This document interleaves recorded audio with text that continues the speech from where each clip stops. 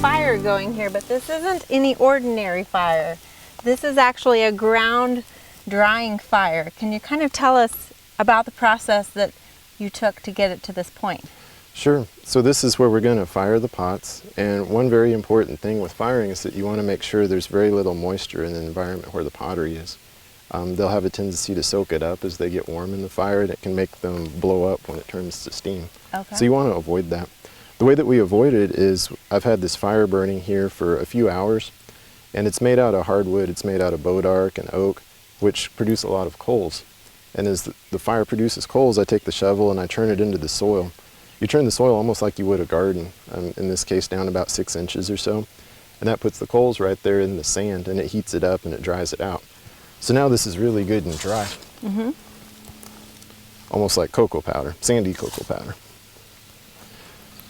The next step to begin to get the fire ready to introduce the pottery is to spread the coals out into a circle. Okay. And then I take these pieces of broken fired pottery and I lay them on the hot ground. And we'll use the fire to dry these out and warm them up. It'll just take a few minutes. But what they do is they insulate the pots that we're going to fire from the soil. The soil acts like a heat sink. It pulls the heat out of the pottery.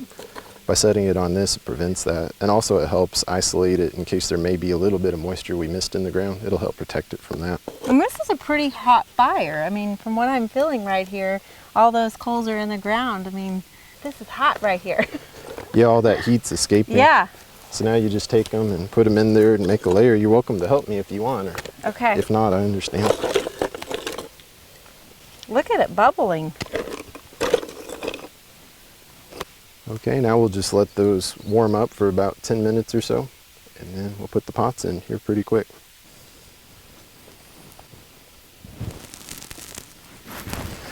Now we just let them slowly heat up. Right now they're at about 200, maybe 250 degrees, right about the temperature water boils. That's one of the danger zones in the firing, so we'll keep them at that temperature for about half an hour or so before we try to take the heat up anymore.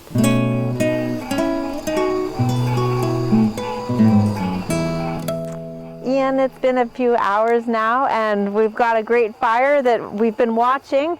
Tell us a little bit again what the process was. You moved the fire in on those.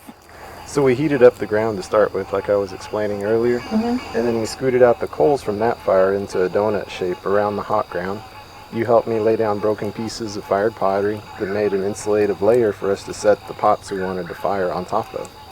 And then slowly over the course of about 2 hours we scooted the fire in, we built it up right over the top of the pots that we were firing until they glowed red.